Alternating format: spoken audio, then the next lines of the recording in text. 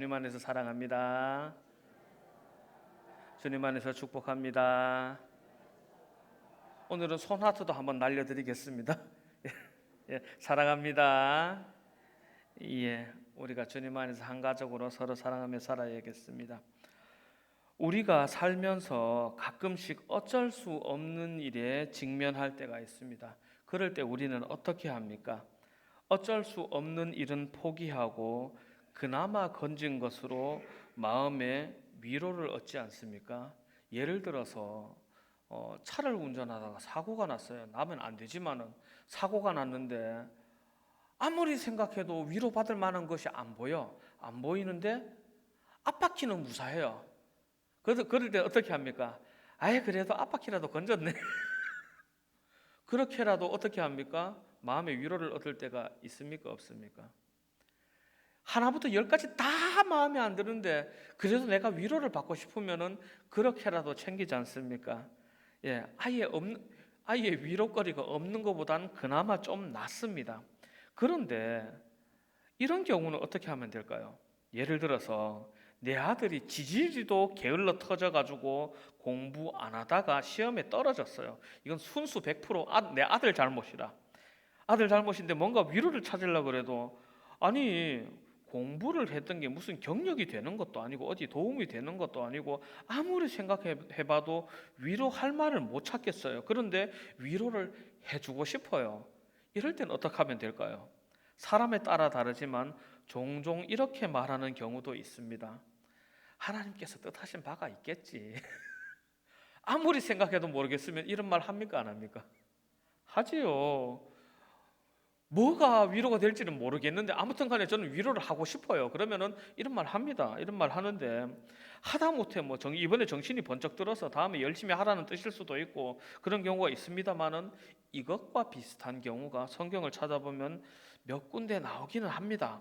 그 유명한 예로 요셉의 이야기를 잠깐 가지고 와봤습니다. 요셉은 야곱의 사랑받는 아들로 태어납니다. 거의 막내로 태어났지만 요셉이 무슨 옷을 입고 다닙니까? 채색 옷을 입고 다니죠. 주로 이 지역에 채색 옷을 입는다는 것은 후계자라는 의미입니다. 왜냐하면 염료 기술이 발달되어 있지 않았기 때문에 특별한 사람에게만 채색 옷을 입혔다고 합니다. 아무튼 간에 그렇게 이제 채색 옷을 입고 다니고 형들이 일 제대로 하는지 감시도 하지. 그러니까 형들의 미움을 제대로 받습니다. 거기에 불난데 기름을 끼얹듯이 꾸미야기까지 하는 바람에 결국 요셉은 형들의 손에 노예로 팔려가는 비참한 처지가 됩니다. 그리고 세월이 지나서 다 생략하고 많은 일들이 있었고 어찌됐건 간에 요셉은 애굽의 총리가 됩니다. 이제 형들에게 보복할 수 있게 됐습니다. 말 한마디면 모든 게 끝나요. 그런데 굳이 보복하려 하지 않습니다. 다만 자기 친동생 베냐민을 빼오려고 합니다. 왜 빼오려고 할지는 말하지 않아도 알 것 같습니다. 자기의 유일한 같은 어머니를 두고 있는 혈육은 베냐민밖에 없는데 나도 이렇게 외국으로 팔려왔는데 저 험한 형들 밑에 내 동생을 두고 싶지 않았던 것 같습니다.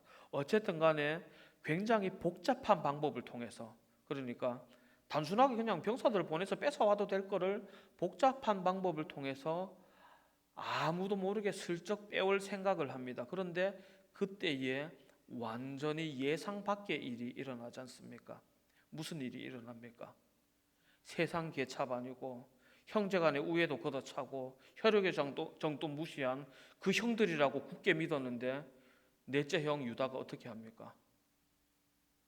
이 아이 대신 저를 잡아가십시오. 이 아이는 그 아비와 생명이 하나로 엮여져 있어서 이 아이가 돌아가지 못하면 아버지께서 슬피 음부로 내려가실 겁니다. 차라리 저를 노예로 잡아가십시오. 그렇게 합니다. 요셉이 정을 억제하지 못하고 통곡하면서 무슨 말을 합니까?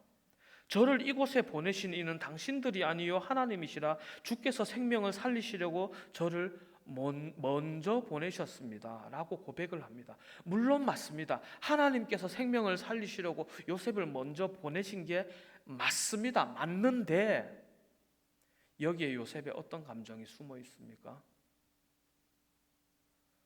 용서가 묻어 있지 않습니까?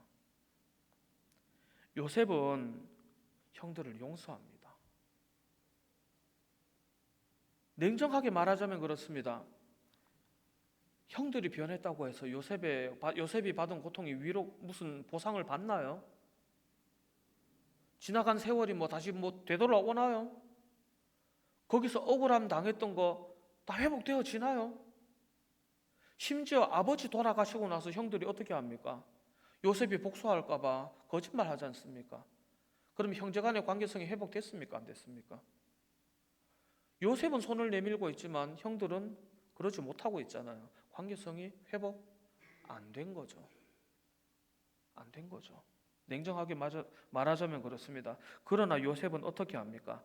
가장 정당한 복수자인 요셉은 하나님을 핑계로 자기가 따져야 할 그 부분을 덮어버립니다. 마치 하나님의 큰 일에 자기의 작은 일로 인하여 하나님의 큰 일을 방해하지 않겠다는 듯이 그냥 자기의 중요한 일을 덮어버립니다. 일평생에 상처로 남았을 겁니다. 저 같으면 그럴 것 같습니다. 그러나 그걸 덮어버립니다. 가끔씩 살다 보면 이런 경우가 생기기도 합니다. 오늘 본문은 베드로의 인정으로 시작됩니다. 17절 말씀 읽어보니까 형제들아 너희가 알지 못하여서 그리하였으며 너희 관리들도 그리한 줄 아노라 라고 말을 시작합니다. 맞는 말이죠. 근데 말이죠, 모르고 죽이면 죽인 게 아닙니까? 형제들아 너희들이 알지 못하여서 그리하였으면 무엇을 그리하였습니까? 예수님을 죽인 이야기지 않습니까? 알지 못하여서 그리하였으면 너희 관리들도 그리한 줄 아노라. 모르고 그랬으면 그게 없던 일이 됩니까? 안 되잖아요. 그러나 덮어버립니다. 예수님의 죄 없으심은 이미 고발 과정에서 다 드러났습니다. 그때의 백성들이 선동돼서 죽이라고 소리 질렀습니다. 결국 가담한 거죠. 빌라도가 손까지 씻을 때에 예수를 십자가에 못 박으라고 누가 말했습니까? 자기들이 말했습니다. 가담한 거죠. 한숨 보탠 겁니다. 그리고 하지만 베드로는 이 사람들이 용서받을 수 있는 또 다른 것을 또 가져옵니다. 18절 말씀입니다. 그러나 하나님이 모든 선지자의 입을 통하여 자기의 그리스도께서 고난 받으실 일을 미리 알게 하신 것을 이와 같이 이루셨느니라. 누가 이루셨다고요? 하나님이 이루셨다고요. 그 일에 대해서 무엇을 하셨다고요? 선지자의 입을 통해서 이미 말씀하셨대요. 그러니까 용서받을 수 있는 건가요? 하나님께서 하신 일이니까 이게 용서받을 수 있는 건가요? 현행범 없었던 게 됩니까? 안 되잖아요. 그런데 베드로는 무슨 목적으로 이 말을 하고 있습니까? 덮어주려고 이 말을 하고 있습니다. 쉽게 말해 이겁니다. 이미 이렇게 될 것은 이미 예언됐다. 그러니까 뭐다? 일어날 일이 일어났으니까 너무 마음 상하지 마라. 마음 상할 일입니다, 이거는. 근데 도대체 베드로가 왜 이러는 걸까? 19절에 그 목적이 나옵니다. 그러므로 너희가 회개하고 돌이켜 너희의 죄 없이 함을 받아라. 이같이 하면 새롭게 되는 날이 주 앞으로부터 이를 것이요. 너희가 회개하고 돌이켜 죄 없이 함을 받으라. 이게 목적이에요. 그렇게 하면 무슨 효과가 나느냐? 새롭게 되는 날이 주 앞으로부터 너희에게로 이른다는 거예요. 이게 베드로가 굳이 용서하려는 목적입니다.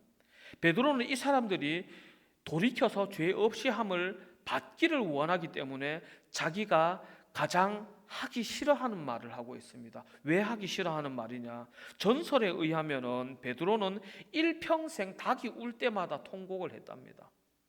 그럴 만해요. 그런 전설이 생길 만도 하고 충분히 그럴 만한 일입니다. 왜? 닭이 울 때에 베드로가 뭘 했습니까?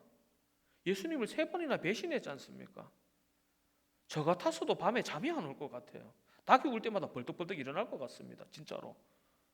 예, 그 베드로가 이 용서의 말씀을 선포하고 싶겠습니까? 나도 같이 용서받는데. 가장 하기 싫은 말일 겁니다.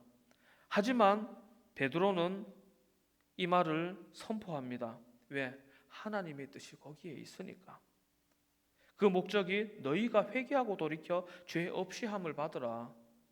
그리고 그 회개하고 돌이킨 사람 중에 한 명이 누굽니까? 베드로입니다. 그러면은 죄 없이 함을 받는 사람 중에 한 명이 누가 되겠습니까? 베드로가 됩니다.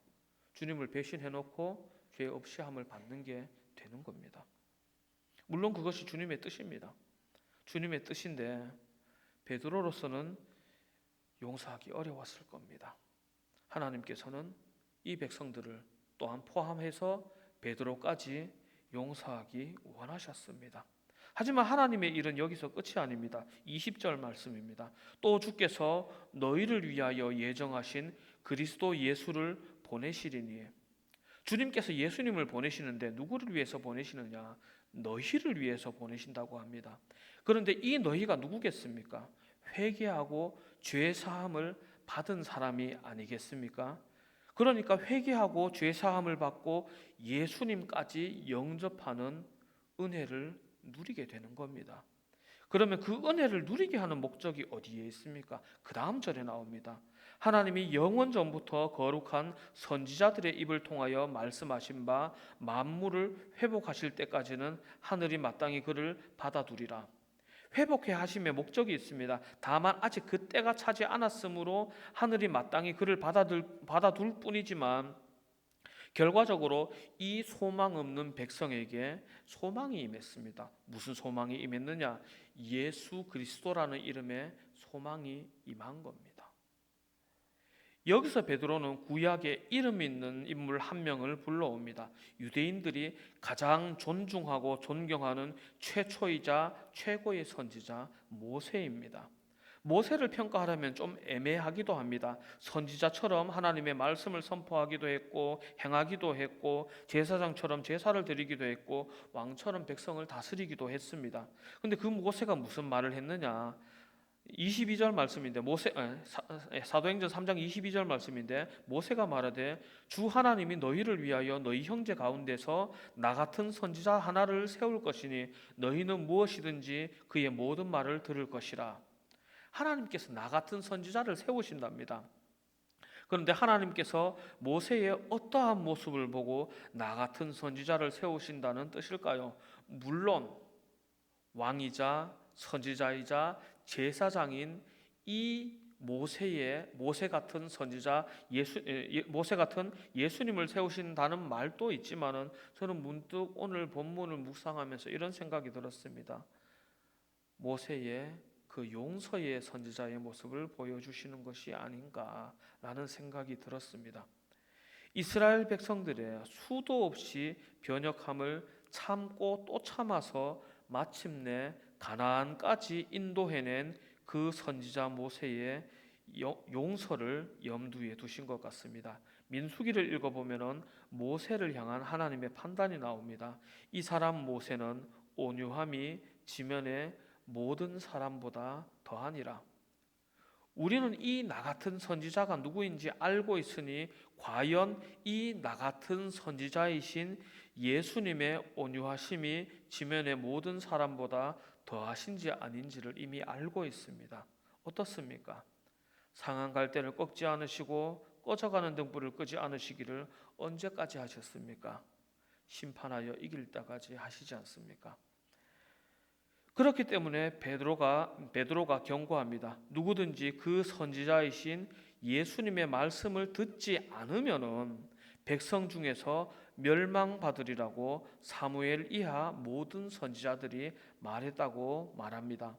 23절 24절 말씀입니다. 누구든지 그 선지자의 말을 듣지 아니하는 자는 백성 중에서 멸망받으리라 하였고 또한 사무엘 때부터 이어 말한 모든 선지자들도 이때를 가리켜 말하였느니라.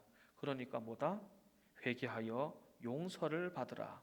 그리고 또 너희의 혈통을 생각하라고 합니다. 그 혈통이 무엇이냐? 35절 말씀입니다. 너희는 선지자들의 자손이요 또 하나님이 너희 조상과 더불어 세우신 언약의 자손이라. 아브라함에게 이르시기를 땅 위의 모든 족속이 너희의 씨로 말미암아 복을 받으리라 하셨으니 라고 나옵니다. 너희는 선지자의 자손이에요. 그리고 언약의 자손이에요. 그리고 아브라함으로부터 약속을 받은 약속의 자손이니까 그 혈통에 약속된 것을 받아야 하지 않겠느냐고 설득하고 있습니다. 그러니까 뭐다? 회개하여 구원받으라. 그리고 이 말을 누가 하고 있느냐? 베드로가 하고 있습니다. 그렇다면 이 모든 설교는 고스란히 베드로에게 하는 하나님의 설교라고 해도 좋을 겁니다. 그리고 이 설교를 하고 있는 베드로는 어떤 심정이었을까요? 내가 하나님의 말씀을 받아서 전하고 있지만 사실은 내가 하나님께 이 은혜를 받고 있어요. 우리는 모두 죄인입니다. 원죄를 제외하고서도 우리는 충분히 죄인이 맞습니다. 심지어 우리는 주님을 영접한 이후로도 꾸준히 범죄하고 있고 아마 앞으로도 계속할 것이고 그것은 주님께서도 잘 아시는 바일 겁니다. 그러나 우리에게 소망이 있습니다. 그 소망이 무엇이겠습니까? 포기하지 않으시는 하나님의 은혜입니다. 베드로가 주님을 배신한 것 때문에 일평생 힘들어했지만 그럼에도 불구하고 주님께서는 베드로를 놔주지 않으십니다. 그렇기 때문에 베드로는 구원받습니다. 그 이후로도 베드로는 실수합니다. 그러나 베드로를 놔주지 않는 하나님의 은혜가 있었기 때문에 베드로는 구원받습니다. 이 베드로가 주님께서 보내신 거로 말씀을 선포할 수밖에 없었던 것처럼 하나님의 이끄심이 있었기 때문에 베드로에게 소망이 있었습니다. 그리고 이와 같은 은혜가 우리에게 임하여서 우리에게도 소망이 있습니다. 그러므로 우리가 어떻게 살아야겠습니까? 마치 우리를 속박하고 있는 것 같은, 그러나 사실은 우리를 구원하는 은혜 속에서 예수 그리스도로 옷 입어 나가시는 우리 모든 성도님들 되시기를 주님 안에서 축복합니다. 찬송가 361장 찬양하겠습니다.